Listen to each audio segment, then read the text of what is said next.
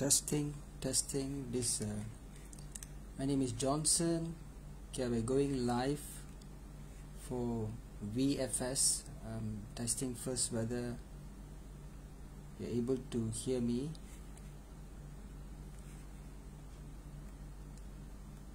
Are you able to hear me? Okay, I believe you are able to hear me.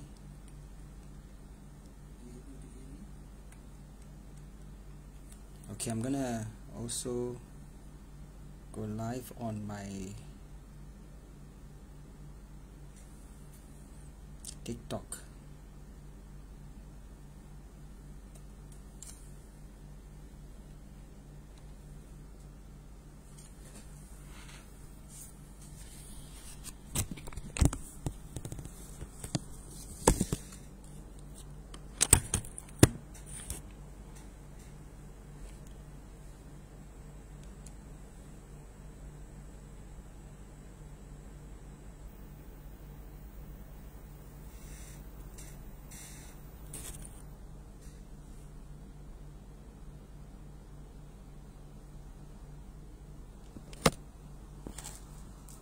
Hold on guys, hold on.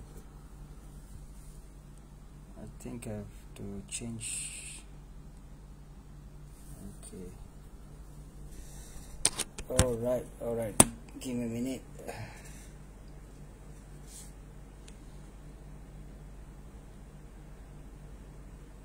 Okay, excellent. I think you're able to see me.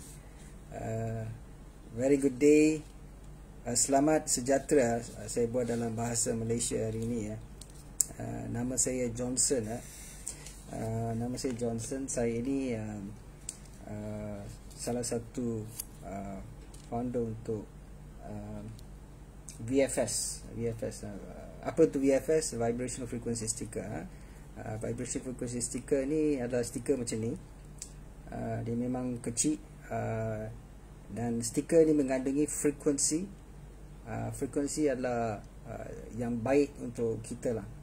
Jadi di zaman moden ni kita ada macam-macam frekuensi yang kita kena dibombat. Jadi kita pakai Wi-Fi, kita pakai Bluetooth dan sebagainya. Banyak frekuensi yang diselubungi oleh kita. Mereka ada yang tidak bagus lah. Jadi anda pun mungkin tahu ada yang orang sensitif kepada frekuensi, ada orang yang tak berapa, tetapi frekuensi memang akan influence badan anda. Jadi hari ini ya, ini company di Malaysia, bukan international, company Malaysia, dan kami produce frekuensi stiker ni. Frekuensi stiker ni yang kita kalau nampak sini, sebenarnya dia ada dua kristal dan juga satu layer copper dekat sini lah. Jadi ini benda ni bukan buat sapu ke, herbal ke atau apa-apa. Ia hanya lekat pada badan dan dia di-embed dengan frekuensi yang bagus untuk badan kita. Itulah VFS, Vibrational Frequency Sticker. Jadi pada hari ini saya nak kongsilah tentang kajian-kajian yang terdapat di scientific papers lah. Itu yang saya selalu buat dalam dalam TikTok dan juga dalam Facebook saya.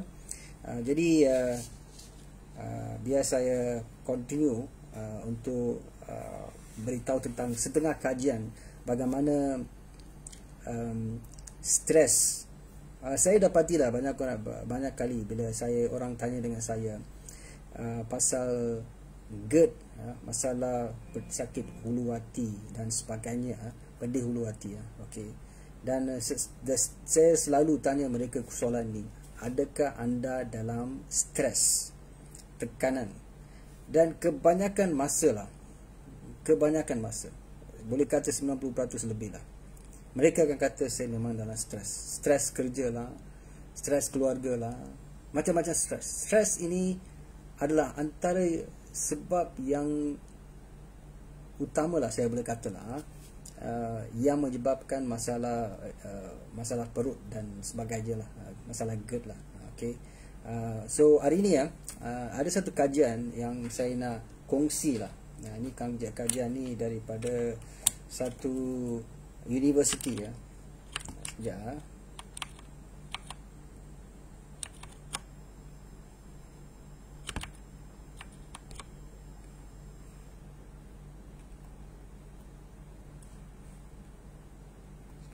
Sekejap.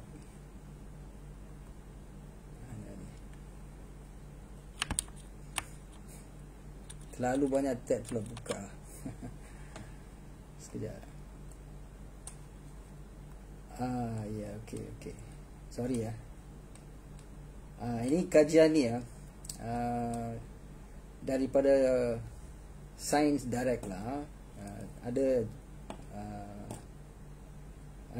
anda boleh jumpa ni lah kalau anda type lah tentang satu kajian yang bernama Role Stresses as Predictors of Changes in Women's Optimistic Expectation. Ini kerja-kerja yang dilakukan oleh wanita memang influence dia punya optimistic dia, apa dia pandang pada diri dia, berfikir pada diri dia. Jadi ini adalah satu kajian lah yang mereka buat lah. So saya nak kongsi pasal kajian ni lah. Jadi siapa buat research ni? Ini adalah satu doktor daripada ini Stanford University School of Medicine lah. Dan nama doktor tu adalah Dr. Audie Atenza. Dan tajuk yang saya beritahu tadi lah. Dan kajian ni untuk meneliti bagaimana tekanan dalam pelbagai peranan hidup boleh menjejaskan tahap optimism wanita dalam tempoh setahun. Mereka buat kajian ni untuk tempoh setahun lah. Jadi dalam tempoh setahun ni dia tengok apa dia punya pekerjaan untuk setahun tu, macam mana dia punya optimism, apa dia fikir dengan diri dia sendiri, adakah naik optimistik atau turun. Ya, itulah kajian dia untuk setahun lah. Dalam bahasa yang mudah, penjadikan ini untuk melihat sama ada tekanan pelbagai role dia, ibu, isteri, penjaga, pekerja, boleh membuat seseorang tu lebih atau kurang berharapan dalam hidup. Apa harapan di dalam hidup, ada bernaik ke atau turun mengikut kerja mereka buat, role mereka. Bukan saya nak kata role lah, sebagai ibu tu bukan dia tu kerja lah, role mereka, peranan mereka. Jadi ini dibuat kajian ini untuk 182 orang wanita dalam tempoh setahun. Dan apa mereka dapati, 62% tidak menunjukkan perubahan ketara dalam optimism. Jadi 62% tu tak berubah, stable, walaupun apa kerja dia orang buat. Tetapi 38% menunjukkan perubahan. Ada yang menjadi lebih optimism dan ada yang jadi kurang. Jadi ini berlaku. Jadi mereka tahu apa peranan yang menyebabkan optimism dia turun, apa yang menyebabkan dia optimism dia naik. Tetapi untuk yang lebih kita tahu pekerjaan apa yang mempengaruhi optimism yang menurun. Jadi tekanan dalam peranan lain yang diambil kira jugalah bagaimana. Tetapi didapati sebagai isteri tetap memberi kesan yang ketara. Seorang isteri, a wife, role as a wife, mereka dapati optimism dia turun. Terlalu banyak dia nak handle, optimism dia turun. Dan mengapa? Jadi apa yang kita dapati, of course kerja sebagai wanita ni, mungkin dia kerja dan balik rumah pun ada satu role. Jadi terlalu banyak stres menyebabkan optimism dia turun. Jadi bila sebelum mereka kahwin, peranan dia berfikir lain macam, sudah kahwin dan anak semua ada, dan optimism dia turun, mungkin masalah keluarga dan sebagainya, optimism dia turun. Jadi apa yang mereka dapati, minda dan badan kita memberi tindak balas terhadap tekanan yang boleh mengubah pandangan hidup. Jadi setiap hari dengan masalah-masalah yang sama, pandangan hidup jadi berubah, menjadi kurang optimism. Tekanan boleh menimbulkan ketidakseimbangan, manakala keadaan yang positif dan tenang boleh membantu memulihkan keseimbangan semula jadi. Jadi bila setiap hari kena tekanan, masalah kewangan, masalah keluarga, husband and wife relationship, semua ni berjadi, jadi optimism dia, harapan dia turun.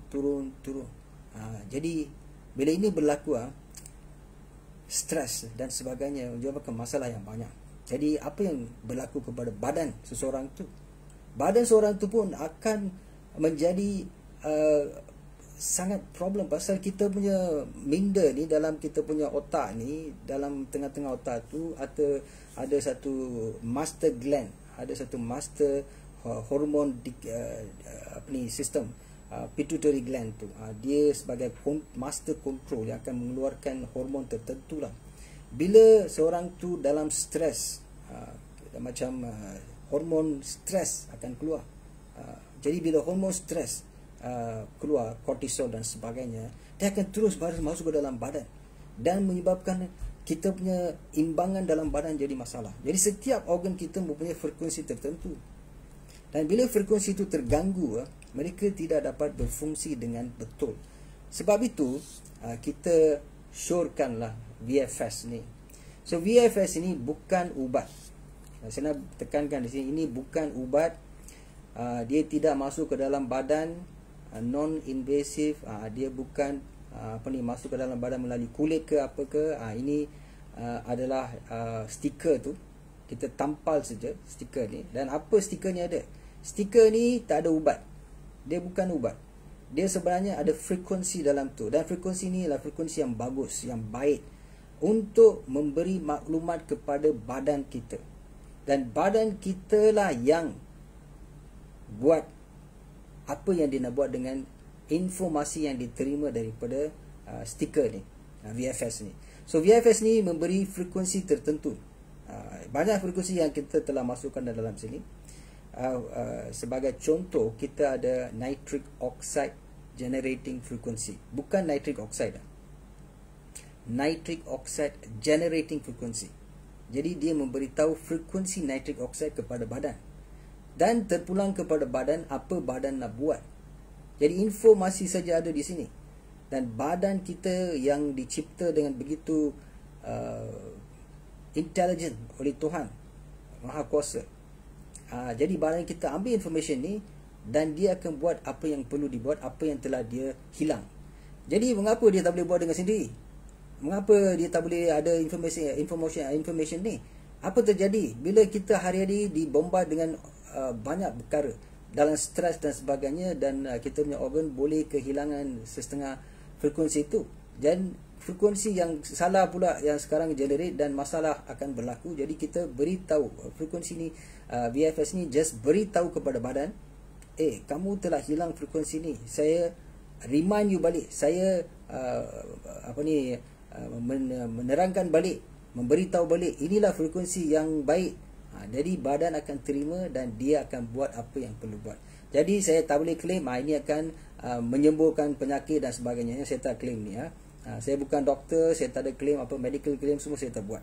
Ini terpulang kepada badan menggunakan frekuensi ini untuk buat yang bagus. Jadi kita dapati mereka yang gunakan untuk masalah GERD lah, bila dia pakai ni, dalam masa beberapa jam dia dapati perubahan berlaku, kelegaan, betterment telah berjadi kepada dia badan lah. Jadi siapa nak cuba, bolehlah cuba, try lah. Pasal ada, mungkin anda telah try macam-macam. Jadi boleh try ni. Jadi ini bukan ubat. Ini bukan ubat sapu, bukan herbal, bukan non-invasive. Dia tidak masuk ke dalam badan. Ini adalah frekuensi. Frekuensi yang baik, yang memberitahu kepada badan, dan badan menentukan apa yang perlu buat. Kadang-kadang bila orang tanpa ni, dia kata, apalah saya pun tak faham, saya pun tak rasa apa-apa. Tak perlu rasa. Sebab badan bila terima frekuensi ni, dia akan tahu apa nak buat. Jadi badan kita ni highly intelligent. Dia tahu apa nak buat. Bila seseorang tu bila tak sihat, kadang-kadang dia temperature dia naik. Jadi bila kita punya suhu badan naik, kita tahu dia buruk. Sebenarnya dia naik, temperature tu naik supaya dia nak bunuh kuman-kuman yang berada dalam badan kita. Sebab tu temperature naik. Jadi dia ada defense system. Dia tahu macam mana nak survive. Jadi begitu frekuensi ni just beritahu kepada badan. Jadi badan bila terima ni, dia akan buat apa yang perlu dibuat dengan informasi yang ada di dalam ni. Ni nampak je senang je. Ini apa ni kecil ni. Kadang-kadang ingat apa ni 2 dot saja, apa saja. Tetapi teknologi di dalam belakang teknologi yang berada di belakang ni adalah lain. Okey, saya telah gunakannya untuk banyak lama. Jadi saya nak orang pun tahu tentang perkara ni lah. VFS, Vibration Frequency Sticker, anda boleh dapatkan daripada kontak kita, boleh lah. Boleh pergi ke profile sana, kontak kita, dan juga beritahu kepada orang lain pun yang menghadapi masalah GERD untuk banyak lama. Okey, saya akan berhenti dekat sini. Kalau ada soalan boleh taruh di situlah, di comment box sana, dan saya akan jumpa di satu lagi siri lah, satu lagi TikTok ke Facebook yang akan datang. Okey, selamat malam.